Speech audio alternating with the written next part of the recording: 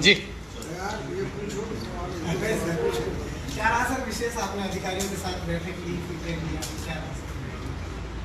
आज ये जो बैठक थी बेसिकली जोधपुर रेंज और जोधपुर कमिश्नर, उनके सारे एसपी साहिबान, उनके जोधपुर रेंज के जो जिले हैं वहाँ के एसपी साहिबान, कमिश्नरेट के जो डीसीपीज हैं उनके साथ में, और पूरे रेंज और कमिश्नरेट के एसीपीज और डीवाईएसपीज के साथ में, और जोधपुर के एसएचओज के साथ में बैठ कर बेसिकली 3 इशूज़ को रिव्यू करने के लिए बैठक बुलाई गई थी।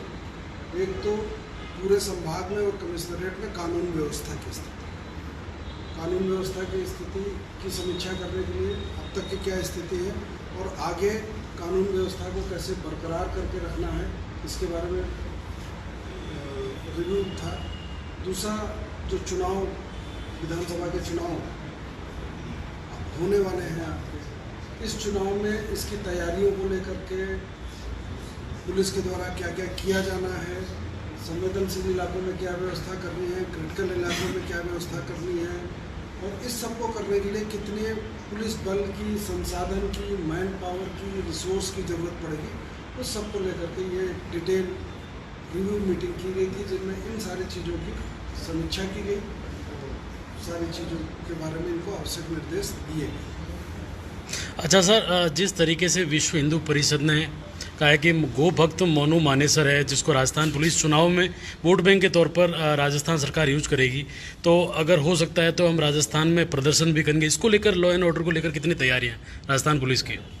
लॉ एंड ऑर्डर को लेकर के पूरी तरीके से पुलिस तैयार है, राजस्थान की पुलिस पूरी तरीके से तैयार है, और अब तक भी कानून व्यवस्था की स्थिति पूर्णतः नियंत्रण में रही पूरे प्रदेश में। जयपुर संभाग की बात तो कमिश्नरेट में तो है ही है, आप लोगों के सामने है कि कोई भी ऐसा इंसिडेंट हाल फिलहाल में नहीं हुआ है जिसको कहा जाए कि कानून व्यवस्था खराब हुई है।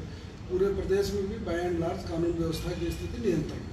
अब चुनाव को देखते हुए और ज़्यादा ऐसे लोगों के खिलाफ जो भी कोई तत्व है, अगर वो कानून व्यवस्था, कोई आपराधिक तत्व, कोई असामाजिक तत्व यदि कानून व्यवस्था को बिगाड़ने का प्रयास करेगा या उस दिशा में कार्रवाई करेगा, तो डेफिनेटली उसके खिलाफ कठोर कानूनी कार्रवाई जो कानून सम्मत है वो की जाएगी। सर जयपुर पुलिस कमिश्नरेट को इतना मजबूत किया गया है सर, जोधपुर कमिश्नरेट में अभी भी संसाधनों की और नफरी की कमी देखने को मिल रही है, तो सर ऐसा कुछ आपने फीडबैक लिया या इसको मजबूत करने के लिए सर? हाँ, नहीं, डेफिनेटली जो मेरी कमिश्नर साहब से बात हुई तो जयपुर में जो जोधपुर में अगर संसाधनों की जहाँ पे कमी है, मैन पावर की कमी है, कहीं गाड़ियों की कमी है, कोई और चीज़ें हैं, तो उन चीज़ों के बारे में भी जाकर के आगे कार्रवाई की जाएगी ताकि यहाँ पे पुलिसिंग और बेहतर हो सके। अभी जैसे आपको ध्यान होगा कि एक 112 के नाम से एक सेवा शुरू की गई है, एक 100 गाड़ियाँ भी रोल की गई हैं जयपुर से, जो पूरे प्रदेश के लिए हैं। अक्टूबर तक इनमें 400 गाड़ियों की और वृद्धि हो जाएगी, तो प्रदेश में कुल 500 गाड़ियाँ हो जाएगी, और ये 3 चरण में कुल मिलाकर के साल 1.5 साल के अंदर रोड पर 2500 पुलिस की गाड़ियाँ अलग से अभी जितनी हैं इसके अलावा आ जाएंगी। उनमें ये राउंड द क्लॉक ये गाड़ियाँ रहेंगी 24 घंटे, इनमें पुलिस का जाब्ता तैनात रहेगा। इन सारी गाड़ियों में सारे आधुनिक उपकरण लगे हुए हैं, सीसीटीवी कैमराज हैं, जीपीएस है, कुछ भी है, और ये एक सेंट्रलाइज कमांड रूम या control room of high command से जुड़े रहेंगे, और कुछ होगा तो सबसे पहले ये तुरंत मौके पे पहुंचेंगे और रिस्पॉन्ड करेंगे। तो रिसोर्स को बढ़ाने के लिए और जहाँ पे ज़रूरत है उस दिशा में लगातार काम किया जा रहा है। कमिश्नरेट में जिन और रिसोर्सेज की रिक्वायरमेंट है वो साहब के द्वारा बता दी गई, कमिश्नर साहब के द्वारा, और वो उनको उपलब्ध कराई जाएगी। नहीं, जहाँ संख्या बल तो वाहनों की संख्या बल तो बढ़ रही है और राउंड द क्लॉक गश्त की भी बात की जा रही है, पर अभी भी जो गाड़ियाँ हैं उनमें ड्राइवर प्राइवेट लोग लगे हुए हैं। देखिए, ऐसा है, गाड़ी खरीदना आसान होता है, ड्राइवर लाने में टाइम लगता है, क्योंकि ड्राइवर एक बार भर्ती होगा, ट्रेन होगा, फिर आपको ग्राउंड पे मिलेगा। गाड़ी तो आप तुरंत परचेज करते हैं और ग्राउंड पे जाते हैं, तो जल्दी सारी व्यवस्था भी हो जाएगी। चीज़ें चरणबद्ध तरीके से ही होती, स्टेप बाय स्टेप ही चीज़ें होती। सर सिटी एरिया में सर अभय कमांड काफ़ी मजबूत बनाया गया, 700-800 कैमरे हैं, क्या इसको और मजबूत बनाएंगे सर? क्योंकि शहर बड़ा हो चुका है, अभय कमांड के कैमरे थोड़े कम लग गए हैं। देखिए, पुलिस में सभी जगह पर लगातार टेक्नोलॉजी का अधिक से अधिक उपयोग किया जा रहा है अपराध और आपराधिक तत्वों पर निगरानी करने के लिए, उन पर कंट्रोल करने के लिए। कैमरा भी उनमें से एक टूल है। और जयपुर में हो या जोधपुर में, बजट में भी घोषणाएं की गई हैं और कई जगह तो ये अपने जो जनप्रतिनिधि हैं वो भी अपने एमएलए फंड से, एमपी फंड से हमें पैसे दे रहे हैं और उसके आधार पर भी कैमरे लगाए जा रहे हैं ताकि पूरे इलाके में अधिक से अधिक कैमरे लग सके, निगरानी हो सके और अगर कोई अपनी घटना घटती है तो उसके बारे में सही स्थिति सामने आ सके कि किसने क्या किया था, पुलिस जल्दी से अपराधियों तक पहुंच सके और उनके खिलाफ कार्रवाई करे। अच्छा सर, जिस तरीके से आबू रोड है, सांचौर है, बॉर्डर इलाके हैं, शराब को लेकर लगातार पुलिस कार्रवाई कर रही है, आज भी बालोतरा में कार्रवाई हुई है, लेकिन इसको चैन को तोड़ने में क्यों नहीं तोड़ पा रही है पुलिस अभी तक?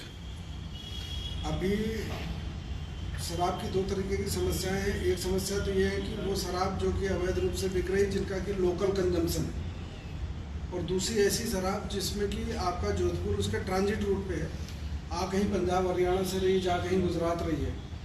तो अभी वो वाली भी शराब इन्होंने पकड़ी और आज मीटिंग में जब इसकी समीक्षा की गई है तो जोधपुर रेंज के सभी जिलों में और खुद कमिश्नरेट में, आंकड़े तो मेरे को याद नहीं है, लेकिन पिछले वर्ष की तुलना में काफ़ी ज़्यादा कार्रवाई की गई है।